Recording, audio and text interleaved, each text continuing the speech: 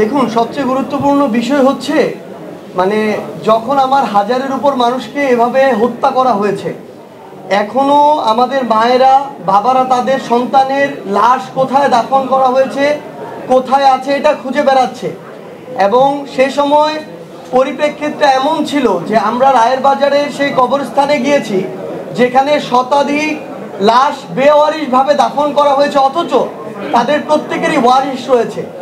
আমাদের সামনে দুইজন মা, শহীদের মা, অঝরে কান্না করছেন।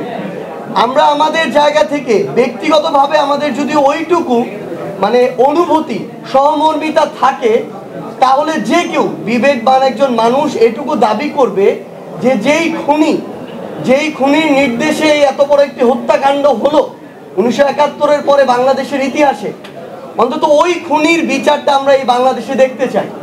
আমি শুধু আমার ওই শহীদের মা যেই কথাটি বলেছেন, আমি সেই কথাটি আমার মুখ দিয়ে আপনাদের সামনে তুলে ধরেছি পুরো বাংলাদেশের কাছে।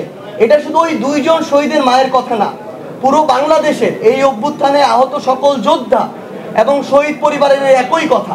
এবং এটি আসলে আমরা জানি না যে আমাদের যে রাজনৈতিক দলগুলো রয়েছে, নির্বাচন কেন্দ্রিক একটা শব্দ আসলে কেন তারা শুধু নির্বাচন পিছানোর ভয়টা করে, কেন শুধুমাত্র আমাদের মাথায় একটা নির্বাচন হবে, আমরা দ্রুততম সময়ের মধ্যে ক্ষমতায় যাব, এই চিন্তাটা কেন কাজ করে। বরং আমি মনে করি যে আমাদের প্রত্যেক রাজনৈতিক দল যারা রয়েছে তাদেরও অন্তর্বর্তীকালীন সরকার এবং সংশ্লিষ্ট যে মন্ত্রণালয়, আইন ও বিচার বিভাগ সম্পর্কিত মন্ত্রণালয়, স্বরাষ্ট্র মন্ত্রণালয়কে এই বিষয়ে প্রত্যক্ষ পরোক্ষভাবে একটা চাপ দেওয়া উচিত যে আমরা তো আমাদের এই শহীদ পরিবার, আহত যোদ্ধা এবং আন্দোলনকারীদের কাছে যেতে হবে, নির্বাচনের পূর্বেও তো যেতে হবে। তখন যেন আমরা বলতে পারি যে আমরা ঐক্যবদ্ধভাবে খুনি হাসিনার বিচার নিশ্চিত করে এসেছি, বাকিদের বিচারও নিশ্চিত হবে। এই সামগ্রিক বিষয়টি, এই চাপটি চাপটি তুলে ধরতে এবং এটার যে প্রয়োজনীয়তা এটি তুলে ধরতেই সেই কথাটি বলা। এটার সাথে সরাসরি নির্বাচনকে পিছিয়ে যাওয়ার যে সম্পর্ক দেখানো হচ্ছে, এটি কখনো সেভাবে সম্পর্কিত নয়।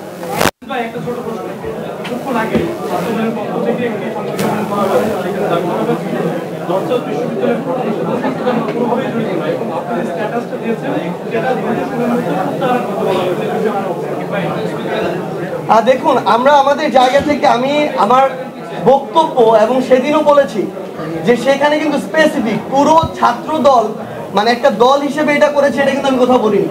বরং এটা বলা হয়েছে যে ছাত্র দলের একদম সেন্ট্রাল পোস্টে আহমেদ শাকিল যিনি আছেন, তিনি সেই জায়গায় ইচ্ছাকৃতভাবে এই বিব্রতকর এবং অস্বস্তিকর পরিস্থিতিটা তৈরি করেছেন। এবং আপনারা যে ভিডিওটা দেখেছেন যে এখানে একটা হাতাহাতির ঘটনা হচ্ছে, এটা কিন্তু আমি চলে আসার পর। তাহলে তাদের এরকম একটা ইল ইন্টেনশন ছিল বিধায় তারা সেখানে, তারা যে হাতাহাতি করেছে ওইখানে সবাই কিন্তু 4টা প্রাইভেট ইউনিভার্সিটির স্টুডেন্টরা ছিল। এবং ওই ছাত্র দলের সেন্ট্রাল পোস্টেড ব্যক্তি শাকিল, তার সাথে যারা ছিল তারা কিন্তু প্রাইভেট ইউনিভার্সিটির স্টুডেন্টরা ছিল না, বেশিরভাগই স্থানীয় কিছু যারা ওই যে সন্ত্রাসী এবং দুষ্কৃতিকারী ছেলেপেলে ছিল। সো এই দায় আমি কখনো আমার জায়গা থেকে পুরো ছাত্র দলকে দিই নাই এবং দিবও না। কিন্তু তিনি যেহেতু ছাত্র দলের পোস্টেড এবং তিনি এই ছাত্রদল নামক যে বাংলাদেশে যে প্রতিষ্ঠানটি রয়েছে, সংগঠনটি রয়েছে, এটিকে প্রশ্নবিদ্ধ করেছেন তার কাজের মধ্য দিয়ে, তো ছাত্র দলের অবশ্যই তার বিরুদ্ধে এই সাংগঠনিক ব্যবস্থাটি নেওয়া উচিত। অন্যথায় তাদের দলের যে নেতাকর্মী যারা রয়েছে, যারা কেন্দ্রীয় পোস্টেড, তাদের উপরে যে তাদের ওই নিয়ন্ত্রণটি নেই এবং তারা একটি তাদের ভিতরের যে শৃঙ্খলার যে পরিস্থিতি, এই বিষয়টিতে তাদের যে কন্ট্রোলটি নেই, এটি কিন্তু প্রকাশ পাবে। সেই জায়গা, আমার জায়গা থেকে এটি স্পষ্ট অবস্থান থাকবে, এই দায় কখনো পুরো বাংলাদেশ ছাত্র দলের উপরে নয়, বরং ব্যক্তি শাকিল যিনি ছাত্র দলের পোস্টেড তার উপরে। তো এই ক্ষেত্রে অবশ্যই যেহেতু তিনি কেন্দ্রীয় পোস্টেড, তার বিরুদ্ধে ছাত্র দলের অবশ্যই একদম সবকিছু তদন্ত করে সুষ্ঠু যেন বায়াসটা হয়, তার বিরুদ্ধে এই সাংগঠনিক ব্যবস্থাটি নেওয়া উচিত।